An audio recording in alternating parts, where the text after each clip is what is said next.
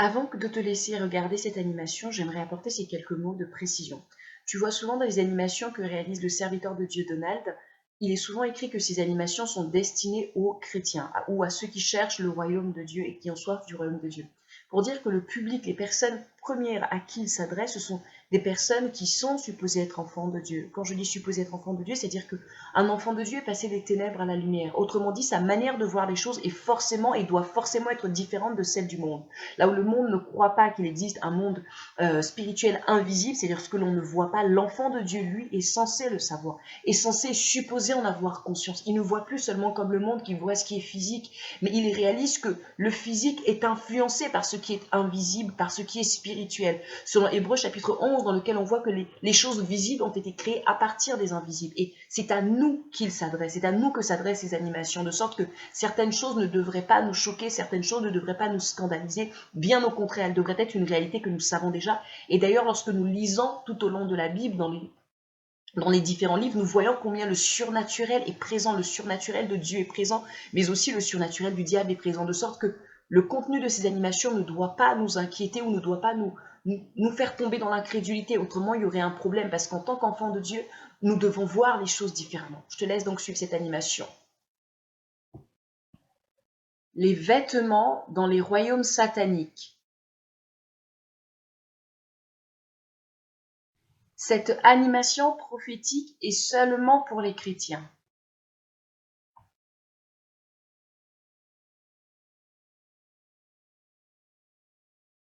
Voici Rachel Mushala.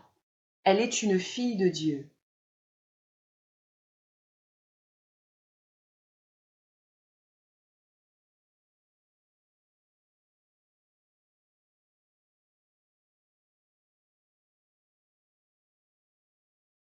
Samedi, alors qu'elle vivait une extase, c'est-à-dire son esprit, son âme a quitté son corps, le Seigneur Jésus-Christ m'a montré à quel point le royaume marin contrôlait l'industrie de la mode dans le monde. Le royaume marin est un empire spirituel très méchant, composé d'esprits des eaux qui sont en charge de la mode, de la séduction, de l'immoralité sexuelle, de la beauté artificielle et de d'autres choses semblables. Jésus m'a emmené à 2 reprises dans leur royaume pour me montrer leurs usines. Et m'a aussi montré la manière dont ils fabriquent les vêtements, les bijoux et beaucoup d'autres choses dans un but satanique, pour des desseins sataniques. Et cette fois-là, Jésus m'a montré une jupe que portait un mannequin dans le royaume marin.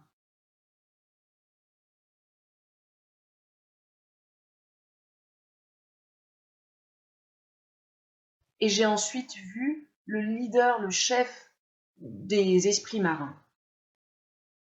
Autrement dit, la reine des côtes qui était en train d'inspecter la jupe qui venait nouvellement d'être confectionnée.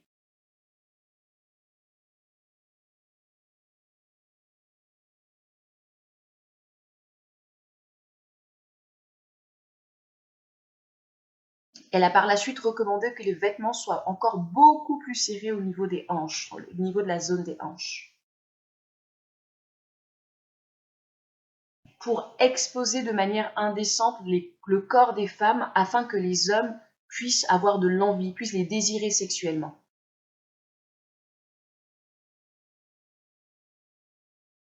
Après avoir donné cette recommandation, elle a commencé à rire à haute voix en disant: nous savons que ceci est un péché, alors laissons-les pécher de manière délibérée.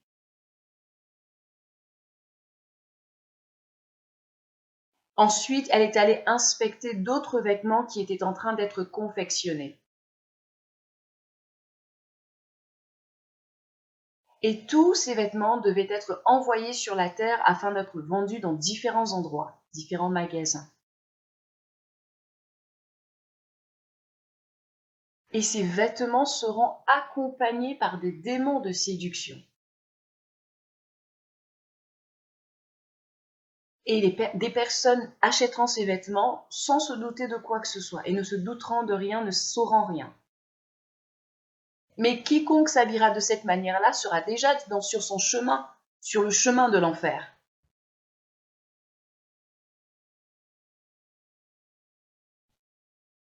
Et c'est la raison pour laquelle ces esprits méchants veulent s'assurer que ces vêtements sont confectionnés de manière à exposer le corps de la femme, parce que ces esprits méchants savent que Jésus est cela. Et de fait, ils savent que quiconque s'habille de cette manière est en direction de l'enfer. Jésus m'a dit que quiconque porte des vêtements indécents exposant leur corps,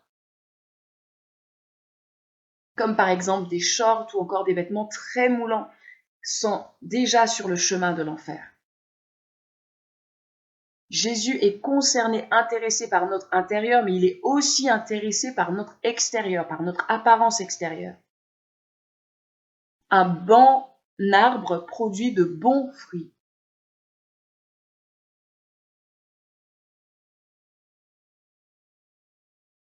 Si vous êtes rempli du Saint-Esprit, cela sera manifeste, se verra aussi à l'extérieur. Et Jésus est en train d'envoyer cet avertissement afin que vous puissiez vous repentir avant qu'il ne soit trop tard.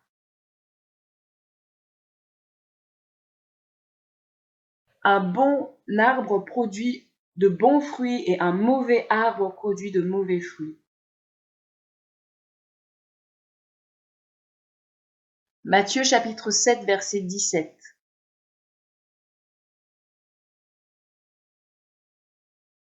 Que Dieu vous bénisse.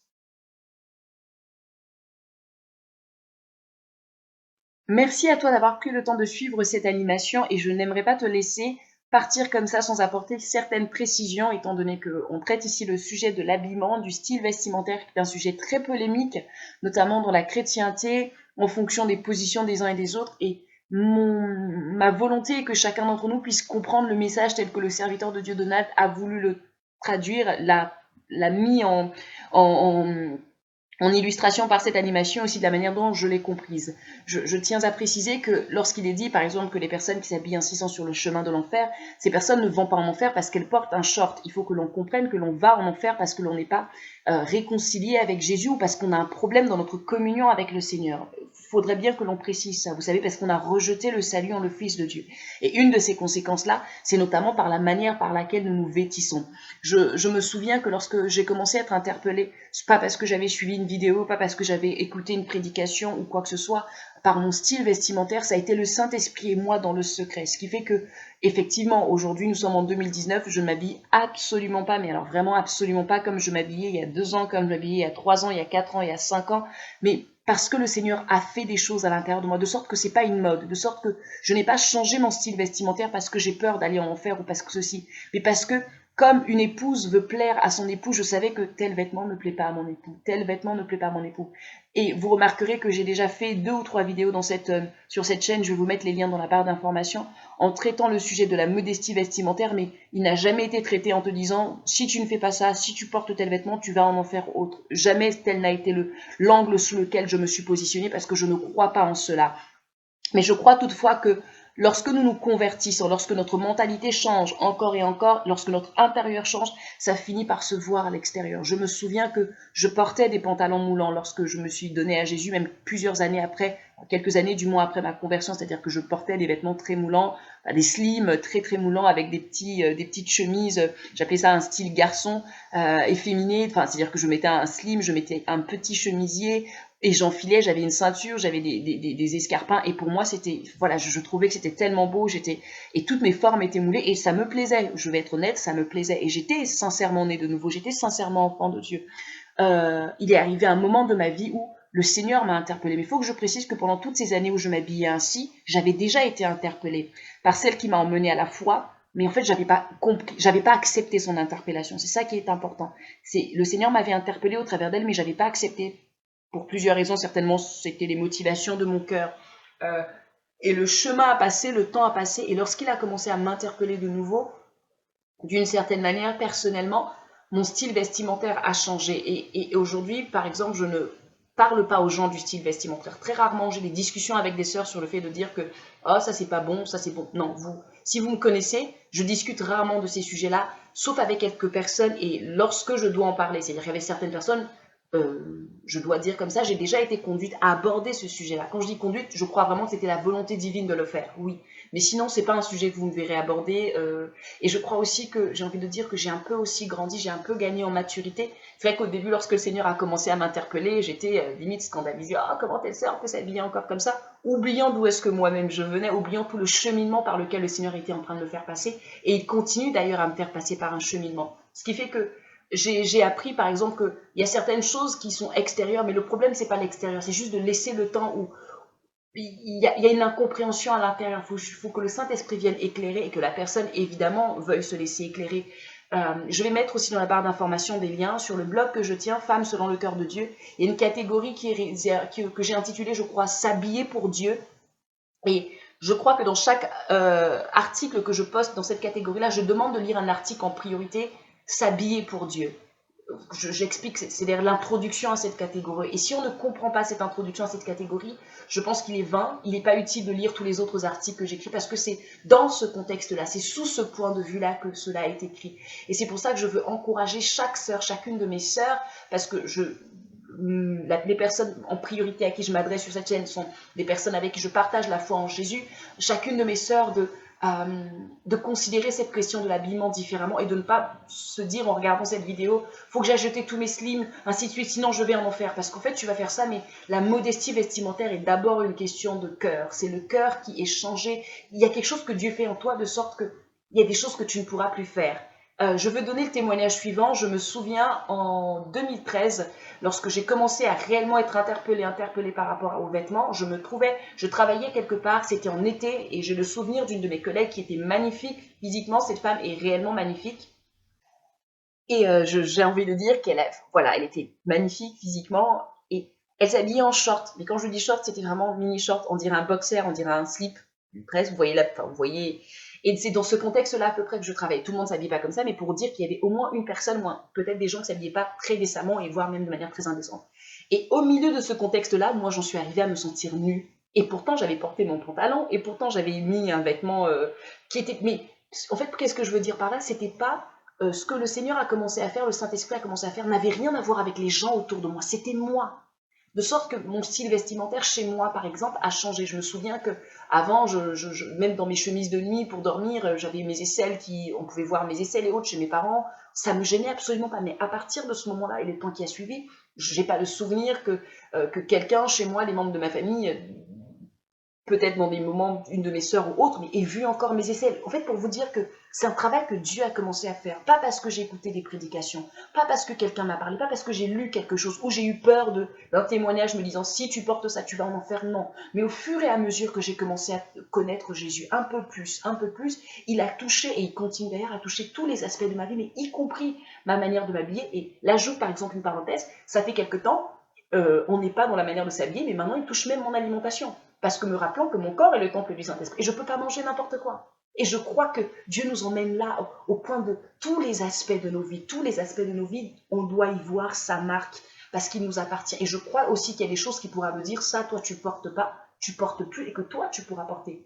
Je n'en parlerai pas ici, mais il y a un vêtement, une catégorie de vêtements que je n'ai pas le droit de porter. Ça fait partie de mes interdits. J'avais fait une vidéo sur les interdits, je vais te mettre le lien dans la barre d'information. Je précise toutes les choses parce qu'il faut que nous comprenions cette vidéo. Sinon, elle sera encore une vidéo de plus, une animation de plus pour aller nous conforter dans les idées. Oh, je vais aller en enfer, faut que j'arrête de porter ça. Et souvent, tu vas faire ça pendant un temps et après, tu vas arrêter parce que le naturel va revenir. Parce que ça te plaît d'être habillé. Tu trouves que c'est beau d'avoir un pantalon qui moule ton corps, d'avoir une jupe moulante. Tu trouves que c'est beau. Et le problème, j'ai envie de dire, c'est pas la jupe moulante que tu portes en tant qu'enfant de Dieu, c'est pas le pantalon moulant. C'est le fait que dans ton cœur, en fait, tu trouves que c'est beau, tu trouves que ça, c'est agréable. C'est ça le problème. Et ça doit d'abord être réglé. Ne va pas jeter pour jeter. Ça ne sert à rien. Ça ne sert à rien. Et pour terminer, donc, ayant précisé ça, évidemment, comprends cette animation. Ne te dis pas parce que je porte ça, je vais en faire. Non, réalise, comprends bien le contexte. On parle ici de ce qui influence cette mode-là. Je réaliserai un texte, je ne sais pas quand, j'écrirai un texte sur une chose que j'avais eu à voir par rapport notamment à l'habillement il y a plusieurs années, 3 ou 4 ans peut-être, qui m'avait été montré. Et je savais que c'était une des techniques que le diable utilise pour la destruction de la vie des femmes. Je le mettrai à l'écrit et je mettrai un lien à un moment donné. Ça, c'est dit, et je vais mettre parmi les liens d'information donc sur la modestie vestimentaire, je mettrai aussi un lien d'information vers un texte, un témoignage d'un ancien sataniste que je t'invite réellement à lire. Je l'ai intitulé, j'avais renommé le témoignage, je l'ai intitulé La toute-puissance de Jésus sur le royaume des eaux. Je t'invite vraiment à lire, tu y lis des détails, c'est important. Et ça n'a pas le but de te faire peur. Je tiens à préciser, en tant qu'enfant de Dieu, les témoignages de ce genre ne nous font pas peur, bien au contraire, ils nous font juste réaliser, waouh, notre Jésus est au-dessus et il est tout puissant. Ayant dit cela, je te souhaite une très bonne journée ou une très bonne soirée et je te dis à très bientôt.